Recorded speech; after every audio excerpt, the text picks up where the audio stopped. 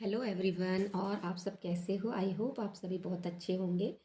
तो अब दिवाली बहुत करीब आ गई है, बहुत कम दिन बचे हैं, 10-11 दिन बचे होंगे। तो जो है मैं नवरात्रि जैसे ही ख़त्म हुई ना, अब दिवाली की सफाई चालू कर दी हूँ। तो मैंने सोचा आपके साथ जो है क्लीनिंग के बारे में भी शेयर कर देती हूँ कि किस तरीके से हमें क्लीनिंग स्टार्ट करनी चाहिए जिससे जल्दी से हम घर को क्लीन कर सकें। तो वही मैं आज आपके साथ वीडियो में शेयर करूँगी। तो देखिए, सबसे पहले तो हमें जाले निकालने चाहिए। क्लीनिंग करते समय जो है, जब शुरू करें हम क्लीनिंग तो सबसे पहले सारे कमरे के जाले आपको साफ़ कर लेने चाहिए। तो वैसे ही मैंने किया, जो है सभी कमरों के जाले मैंने साफ़ कर लिए। और जाले साफ़ करते जा रही थी मैं एक एक कमरे का, और फिर फ़ैन जो है पोंछते जा रही थी। क्योंकि अगर आप फ़ैन वगैरह पहले पोंछ लोगे और फिर जाले निकालोगे तो फिर से वो डस्ट जो है जाले वगैरह फ़ैन के ऊपर आके गिरेंगे, तो फिर से फ़ैन गंदा हो जाएगा। इसलिए सबसे पहला काम जो है, जब भी क्लीनिंग स्टार्ट करें तो हमको जाला पहले निकाल लेना चाहिए सारे कमरों का। उसके बाद में हमको फ़ैन साफ़ करना चाहिए सभी कमरों के। तो फ़ैन जो है, अगर आपके मतलब आपके हाथ में पहुँच है आपका, तो जैसे टेबल वगैरह लेके, चेयर वगैरह लेके आप अच्छे से फ़ैन साफ़ कर सकते। तो फ़ैन साफ़ करने के बाद में आप जो है विंडो वगैरह जो है उसको साफ़ कर लो। तो ये तो मतलब दिवाली क्लीनिंग का काम एक दिन का नहीं है गाइस, मतलब एक दिन में इतने सारे कमरे तो पॉसिबल ही नहीं है। तो हमें ना सबसे पहले जाले निकालने चाहिए और सारे कमरों के पंखे साफ़ कर लो।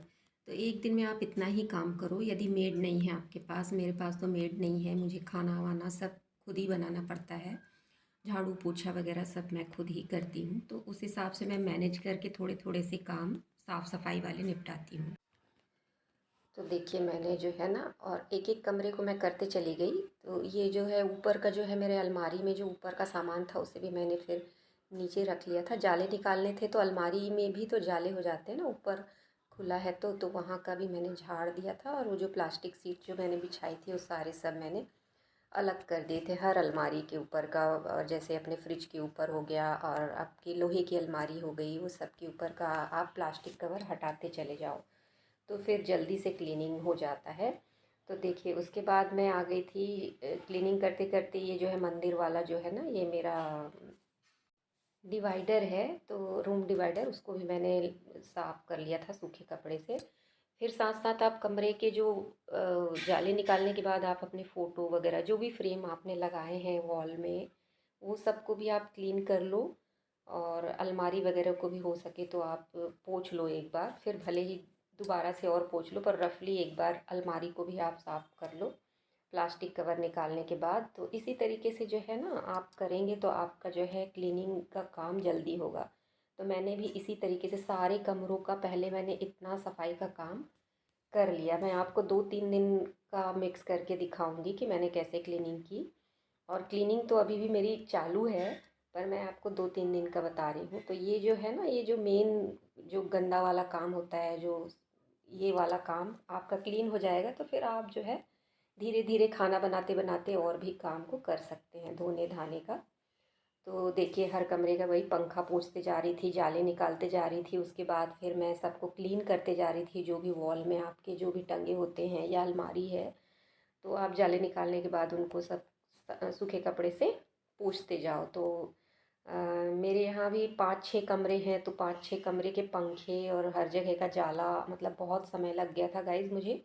और ये जितने भी वॉल में सामान टंगे हैं तो उनको भी फिर मैंने साफ़ कपड़े से क्लीन कर दिया था। और इसी तरीके से जो है मैं क्लीनिंग का काम जो है शुरू करती हूँ। और उससे फिर क्या है, ज़्यादा बर्डन नहीं होता है। थकावट तो होती है इतने सारे काम करने में। तो देखिए, इधर का भी फिर खिड़की वगैरह तो मैंने छोड़ दिया था, क्योंकि सब कमरे की खिड़की, जो शटर वाली खिड़की होती है ना, वो भी बहुत टाइम लग जाता है पोंछने में। फिर खिड़कियों में रॉड होते हैं, फिर शटर में क्या है, फंसा रहता है जो कचरा, वो तो बहुत धीरे धीरे से ब्रश से आप साफ़ करोगे तब होगा, तो वो लंबा काम है। तो अभी तो मैंने जो है मेन मेन जो काम होता है, जो कचरा जिसमें ज़्यादा रहता है, वो साफ़ कर दिया था। तो देखिए, जो मेन मतलब जाला निकल जाए और आपका फ़ैन सब कमरों का साफ़ होके और हर चीज़ को आप पोंछ लो, मतलब जो भी आपके अलमारी वगैरह और जो भी वॉल में टंगे हैं इतना पोंछना हो गया तो समझो काफ़ी सफाई हो गई। उसके बाद मुझे कुकिंग का भी काम करना था गाइस, तो ये जो है ना मैं आटा दिखा रही हूँ आपको। मैंने नया आटा लाया था क्योंकि अब चढ़ाने के लिए चाहिए दिवाली में लक्ष्मी जी को, तो थोड़ा सा साफ़ सुथरा ले आओ।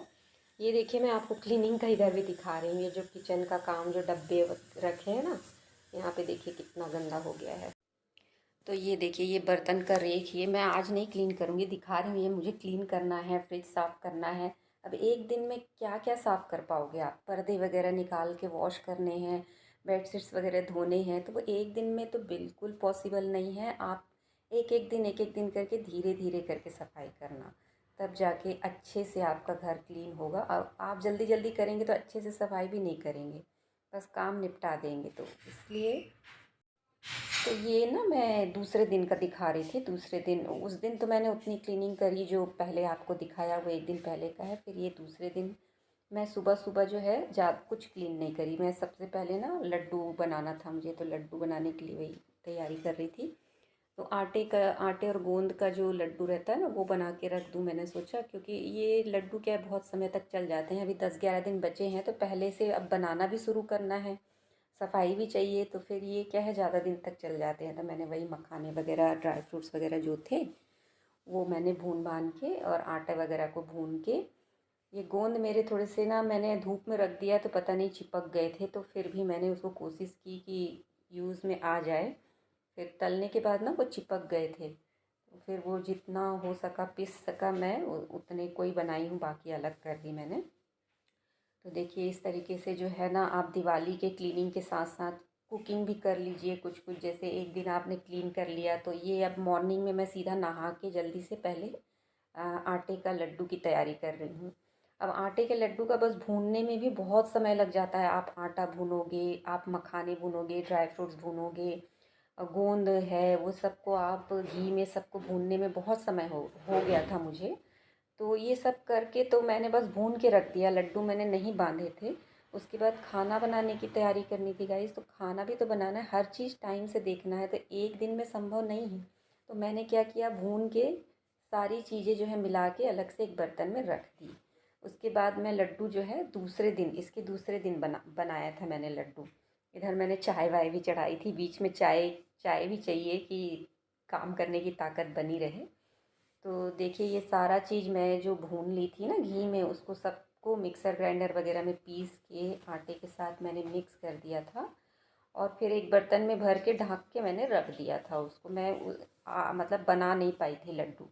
तो इस तरीके से हमको काम निपटाना होता है। उसके बाद खाना बनाया था मैंने, तो उसमें कद्दू की सब्ज़ी, दाल और चावल जल्दी से मैंने बना लिया था, क्योंकि जब आप काम निकालोगे तो आप खाना ऐसा बनाओ कि आपका जो है खाना जल्दी से बन जाए। तो मैंने जो है वही कद्दू की सब्ज़ी वगैरह बनाई थी बाद में, अभी मैं आपको दिखाऊंगी। और उसके ये क्या है, ये जो है लड्डू बनाई थी उसके दूसरे दिन जब मुझे नहाना था, नहाने से पहले मैंने ये जो क्लीनिंग है ना आपको दिखाई थी, दिमाग में चल रहा था ये क्लीन करना है, तो इसको मैंने फिर क्लीन किया। सारे डब्बे हटा के अच्छे से मैं डिटर्जेंट वाले पानी में कॉटन का कपड़ा डुबा के उसको अच्छे से मैंने क्लीन कर दिया। और जो जो डब्बे हैं किचन के गाइस, तो जैसे भी आप सामान खाली होता रहता है तो आप वॉश करके ही सामान भरते हो, और कुछ गंदे थे तो धीरे धीरे मैं वॉश करते जा रही हूँ, नहीं तो बहुत सारा काम हो जाएगा और मुश्किल होगा। तो आप लोग को भी ऐसे ही जब डब्बे में आप नया राशन भरो तो डब्बे को वॉश कर लेना चाहिए। तो क्या है वो साथ साथ डब्बे ज़्यादा गंदे नहीं हो पाते हैं, तो वो मैं डब्बों को बीच बीच में क्लीन कर लेती हूँ। तो देखिए ये मेरा स्टैंड भी क्लीन हो गया। उसके बाद मैं नहा के दूसरे दिन जो है मैंने लड्डू पहले बांध लिए सुबह में, अ, जिससे कि मेरा जो है साफ़ सफाई से लड्डू जो है बन जाए। और वो क्या है, दिवाली में चढ़ाने के लिए हमको शुद्धता से बनाना भी चाहिए ना। तो फिर ये जो है तीसरे दिन का है, तीसरे दिन मैं नहा के और पूजा वूजा करके जो भी झाड़ू पोछा मैंने कर लिया था, और उसके बाद सबसे पहले मैंने लड्डू बांधे।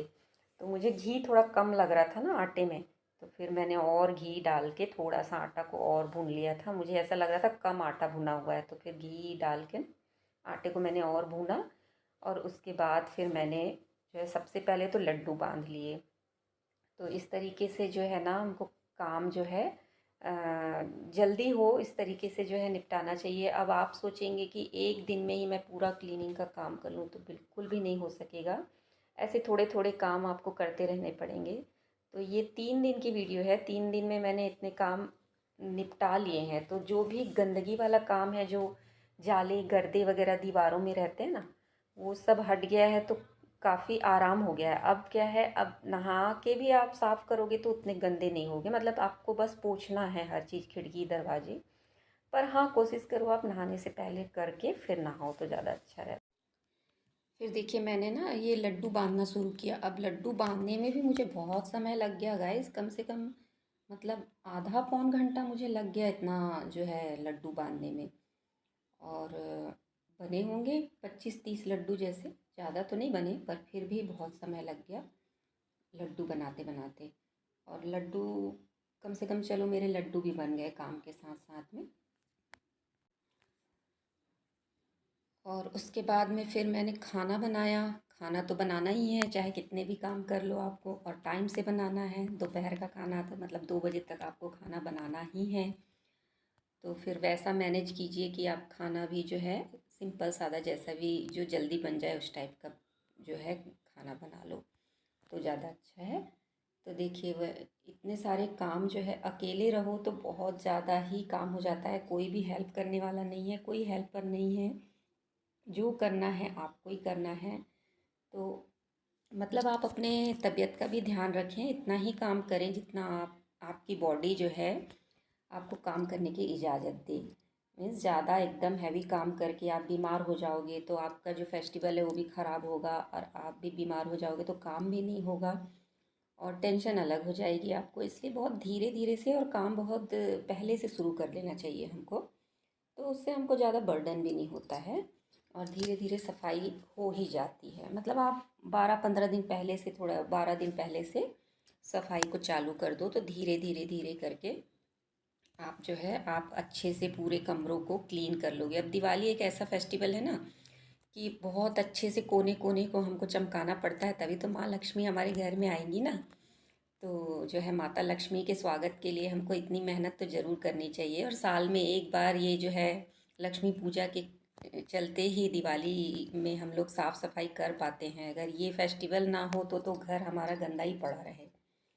तो जो है घर के कोने कोने को चमकाना चाहिए हमको, तभी माँ लक्ष्मी हमारे घर में प्रवेश करेंगी। बहुत साफ़ सुथरा घर को करके, खूब सुंदर से लाइटिंग वगैरह लगा के, और अच्छे से हमको पूजा पाठ करना चाहिए। तो उसके लिए थोड़ी तो मेहनत लगती है।